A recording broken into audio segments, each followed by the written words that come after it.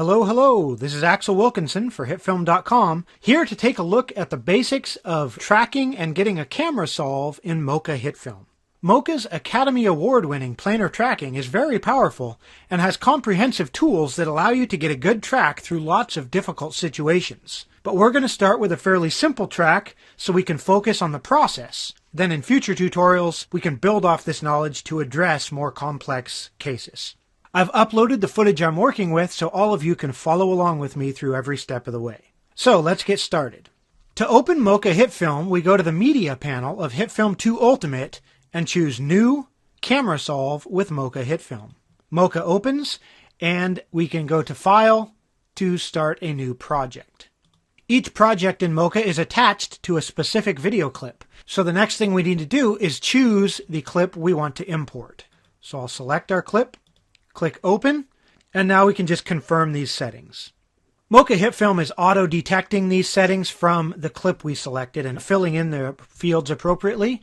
So in most cases, these will already be correct, but you should double check just to make sure the frame rate and the pixel aspect ratio and so forth do match your footage, because if they don't, that could throw off the track. We can also adjust the frame range. If there's part of the clip we don't want to use, we could enter the frames where we want to start and end the clip. And of course, we can change the name or the save location of the project as well. Once everything is as it should be, click OK, and here we are in Mocha. So after importing our footage, the first thing we want to do with any project is examine the overall shot to see how the camera is moving. Then we can identify the planes that are present, and we can find a good frame to start our track on.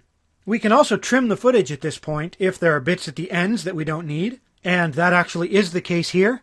So these controls here are what we use to trim the shot. So I'll hit stop. And at the beginning, I don't want to start till right in here where the camera move actually starts. So I'll go to that frame, and these two buttons set the in and out point. And then the two buttons next to them will remove those. So here I'll click the in button, and there that red bracket is just moved from the start of the timeline to the position of the playhead.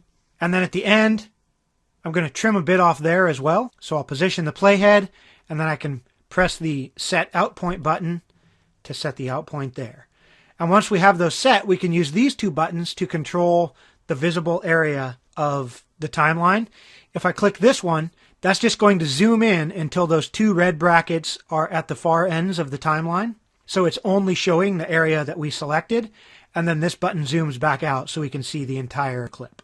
So now let's look at our footage again to see how we should approach the track.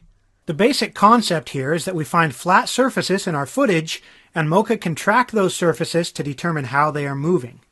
Then, based on the movement of those planes, Mocha can calculate where the camera needs to be so that the movement of those planes makes sense, and we can export that camera data to HitFilm. So the three basic steps are track our planes, solve for a camera, and export our camera to HitFilm. For pan, tilt, zoom shots, we only need one plane to get a camera solve. But if the camera's position is changing over the course of the shot, then we need at least two planes to get a solve for the camera motion and the depth of the scene. Now obviously, we have a pan happening here. The angle of the camera is turning. But we do also have a lateral camera movement, which is revealed by parallax shift. If you look at this speaker right here, in relation to the shelves of CDs behind it, you can see that that speaker is moving across the front of those CDs. That's parallax shift, and so from that we can tell that the camera is moving. We're getting a perspective change. So that tells us that we need at least two planes tracked to get a camera solve for this shot. We have several planes that are visible through the entire duration of this shot, and so those are always good planes to consider first when you're working at a track. So if we jump to the beginning and you look at this middle area and then we jump to the end, you can see that this wall in the hallway is always visible, as are these shelves of CDs. This offers a nice large area with high contrast and lots of detail and texture for Mocha to grab onto. Now, we already saw that the speaker moves in front of the CDs there to some extent, and so if we started here and selected all of those CDs, that could cause an issue as the speaker moves into the area we're trying to track. So instead, we'll just look for a frame where the speaker is covering as much of the CDs as it ever does, and we'll start our track from there. So here at the end, We still have lots of info at the top of the CDs that we could use, or all the way down this side, which is what I'm going to do. So starting on this frame, we can draw our spline. To create the spline, we can either use the X-spline tool or the B-spline tool. Let's quickly look at the difference. The B-spline is a Bezier curve, so you might be familiar with this tool from other programs. Each point has two handles, which we can drag to adjust the curves coming into each side of that point. So if you're familiar with Bezier curves, you might be very comfortable using the B-spline tool. I'm going to delete that layer, and now let's look at X-splines, where again it's very similar in that we just click to create points, but with X-splines there's only one handle on each corner. As we grab this handle and drag, we can tighten the corner up, or we can soften that curve to create more fluid shapes. I'm going to use X-splines from here on, but if you're more comfortable with B-splines, feel free to use those instead. Alright, I'm going to delete this again, and let's draw a spline around the left half of these shelves. Now, to place that, we can zoom in. If you hold down Z while you have the pick tool selected, hold Z on the keyboard and click and drag, and you can zoom in or out. And then once we're zoomed in, hold down X, and then you can click and drag to pan around and reposition the visible portion of the frame. You can also right-click while holding Z or X to reset the zoom or the position to their defaults. So we're zoomed in here. I'll grab the X-spline tool, and as I draw this spline, I'm going to make sure that the edges of these CDs are included in the spline area. And that will give us that nice edge detail to work with while Mocha is doing the track. Once our points are drawn, right-click to close the shape, and then I'm going to right-click and drag this handle to tighten up our corners. Okay, now we need to specify the parameters of our track, which is done in the Parameters Track tab. The input channel can be left on luminance. The auto channel setting sometimes helps in special situations, but for basic use, just stick with luminance and you should be good. The minimum % pixels used defines how accurately Mocha will match up the track before it moves on to the next frame. Lower numbers sacrifice accuracy in favor of speed, but Mocha is usually pretty quick anyway, so I recommend using a value of 90 or higher, just to make sure you have a good, accurate track. And then with this list, we can specify the types of motion present in the shot. If you are new to Mocha and don't really understand what all of these mean, I think you can generally turn them all on and let Mocha work out what types of motion are needed from there. But if you know what types of motion are present, then specifying this clearly will give you optimal results as quickly as possible. In this particular shot, we actually need all of them. So we have them all enabled and we are ready to start our track.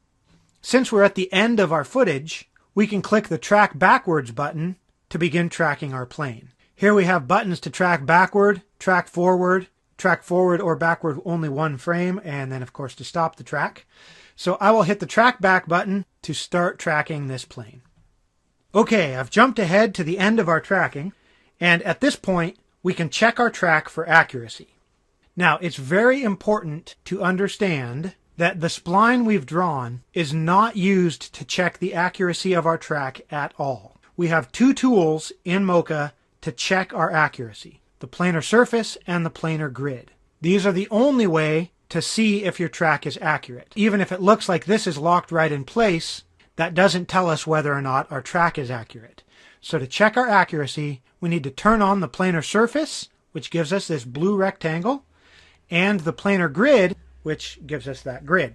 Now I'm going to zoom back out, so you remember the control for that. Hold Z and right-click to reset the zoom. And here, as we adjust the corners of our planar surface, this blue square, you can see the perspective of the grid changes as well. So we want to line this up so that the perspective of the grid matches the plane that it represents. This particular surface is a great one to start with because we get a clearly defined rectangle from the shelving. So we can just line up our planar surface with the rectangle of the shelf itself. Now, if you look up in this area, as I drag each of these corners, we get a nice, really zoomed in view there, which allows us to position our corner very precisely. So I can move each of these right into the corner of the shelving to get a nice, accurate alignment. And then from there, we can look at our grid to see if it's lining up decently with our surface. And we can see that it is. If the grid and the footage don't seem to align, adjust the planar surface until the alignment is better. You won't always have a nice rectangle on your plane to line up with though, so try and learn to see when the grid is properly aligned with your plane. Now you can set up the surface and the grid before you track or after, as we've done here, but you do need to set them up at some point in order to check the accuracy of your track. Again, our spline gives us no reference for how accurate our track is, and to get a good camera solve, we need a solid, accurate track to begin with. So at some point, you need to set up your planar surface and grid, and then watch through the shot to see if you have any drift. We have play and stop buttons here, of course. You can advance one frame at a time in either direction. You can play in reverse, or you can jump to the in point or out point. And then this button, by default, you can see that the playhead is just kind of bouncing back and forth on the timeline. You can also change this to loop or to just play once through and stop when it gets to the end, like that. But as we can see, our grid stayed nicely in place. We're well aligned, so we can move on to the next plane. So I'm going to hide this layer. In our layer controls, we have these icons. The eyeball hides or displays the layer, and the cog icon controls whether this layer will be tracked when we click the track button. Since this one already is tracked, we don't need to track it again, so we can disable that as we go on to our next layer. I'll disable the grid so we can see this better. So for this wall, we have a bunch of pictures hanging here. Technically, these picture frames aren't the same plane as the wall either. They stick off of the wall. But because of the distance from our camera, there is not a noticeable parallax shift in the frames, so this area can easily all be treated as one plane. The doorbell box, on the other hand, is a bit thick and sticks off the wall, so we'll avoid that when drawing our shape. Now, this wall has a perspective shift on it. The angle changes as the camera moves, and so if you look at the width of this part of the wall within the frame, you can see how that changes in here, and that gets a bit narrower. So we want to start on a frame where there's the least perspective shift on that wall, and that will give Mocha the best detail to start with. So that's going to be right at the beginning of the timeline here. Similarly, if you need to track through blur in your footage, start with a frame where there isn't blur to give Mocha as much detail as it can, and then it will be able to effectively track through those blurred areas. So on this frame, now I will grab my X-spline tool and I will draw my spline. Now in this case, I'm not using a rectangular shape at all, you can see. I'm just drawing a shape that best contains the detail that I want to work with. Now we do have, it's pretty dark in here, and so if you want to, if you've got a scene where things are a bit dark, you can brighten them up to help Mocha find the detail better by using the brightness scaling command. Right now we're at a brightness of 1.0, which is basically 100%. So if I was to change that to 1.5, that brightens everything up so you can see into that shadow area a bit better. And then of course to reset that, you can just enter 1.0 into that field again. So this time I'm going to set up my planar surface and my planar grid first before we do the track. When we export our data to HitFilm, Mocha can export a point at each of the corners of our planar surface, as well as one in the center. So if we keep this in mind, we could often position our planar surface accordingly so that we get points in the exact location where we need to add effects. I'm going to use these two maps that are hanging on the wall here and set up my grid so that it matches those frames. Again, I'm using the zoom view, which appears in the upper left here, to fine-tune the position of these corners and line them up precisely. And as I get them aligned, you can see how the grid naturally assumes a proper position lining up with our planar surface of that wall. So at this point, what else do we need to do before we start our track? That's right, we need to set up our track parameters. We're going to use the same settings for this layer as we did for the previous layer. We'll use luminance channel.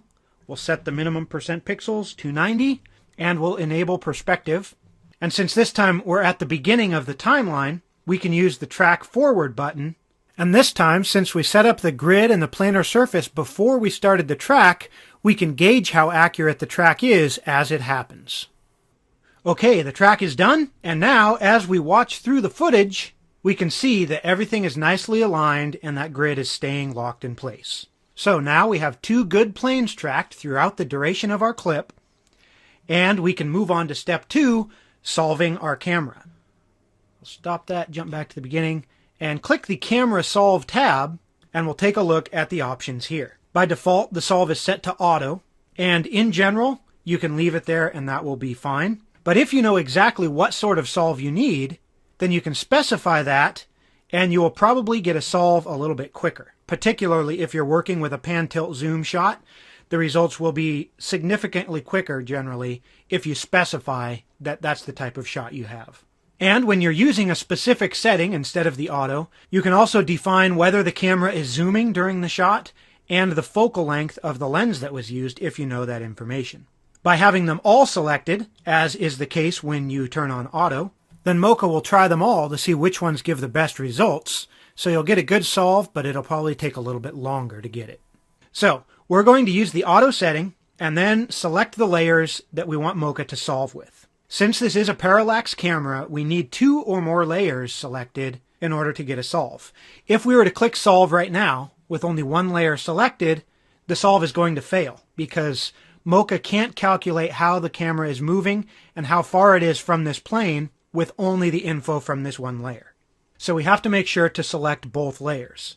Like in HitFilm, the layer order in Mocha determines which layers are in front. So if you have layers that overlap in a shot, this becomes very important, as the layer order is how we tell Mocha which layers are in front of the others. In this case, it probably won't affect the solve since the layers don't overlap, but it's a good habit to get into to order the layers according to their depth in the scene. It's also a good idea to rename the layers as you go, since when we move back to HitFilm, the layer names will be used to identify our points. So I'm going to name this first layer that we tracked CD shelf, and I'm going to move that to the top of the layer stack because these CDs are closer to the camera than this wall back here. Now this layer I will also rename to hallway, and I'm going to turn both layers back on and select them both for our camera solve. Now we're ready. We can click the solve button and let Mocha HitFilm do its thing.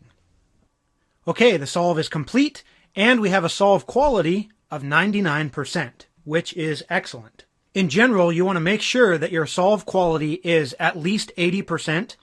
80% or better should give you a workable solve in HitFilm, but 99% is just about as good as it gets. So now we can move to step 3, exporting our camera data. Like the solve, our export depends on what layers we have selected. So if I deselect these, you can see we can't export. We need to have at least 1 layer selected for Mocha to create those points in the HitFilm project. I'm going to turn off that grid, and if I select the CD, now we could export the camera, and that's going to create a HitFilm composite shot containing the moving camera for the scene and 5 points, 1 for each corner of this planar surface and 1 for the center. I'm going to select both layers, and that will give us 5 additional points for the corners and center of this planar surface, and click the Export Camera Data button. You can see this will create a HitFilm composite shot.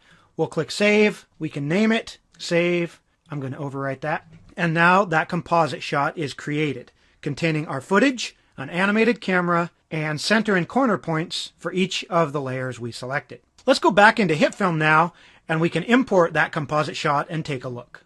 Okay, so here in HitFilm 2 Ultimate, we'll import composite shot. We'll select that file and open it, and here it is. We've got our footage, our camera, and all of these points which use the names we assigned them in Mocha. That's why it's good to use logical names while you're setting up your track. You can see that the composite shot is based on our original clip. So remember earlier when we set the in and out points in Mocha? This is where they are, and that's why the camera and the point layers are shorter than the footage, because we trimmed those end bits off while we were in Mocha. So if we just trim this clip to match, then we can select all our layers and just bump them back to the start of the timeline. I'm going to select the camera, and if we switch to perspective view, we can see those points marking our 2 planes which we tracked, and then as I scrub through the footage, you can see the camera move that's been replicated there in Mocha. So since the movement in this shot is entirely stored in the camera layer, these points are fixed in place, just as the walls were in real life. When we go back to the active camera view, now if I add an effect, and I'm just going to grab a preset, I think I'll use this magical fireball, and I drop that in. Let me adjust its scale a bit so we can see the scene better. But if I play that now, you can see that that effect stays locked right in place because the camera is what's moving.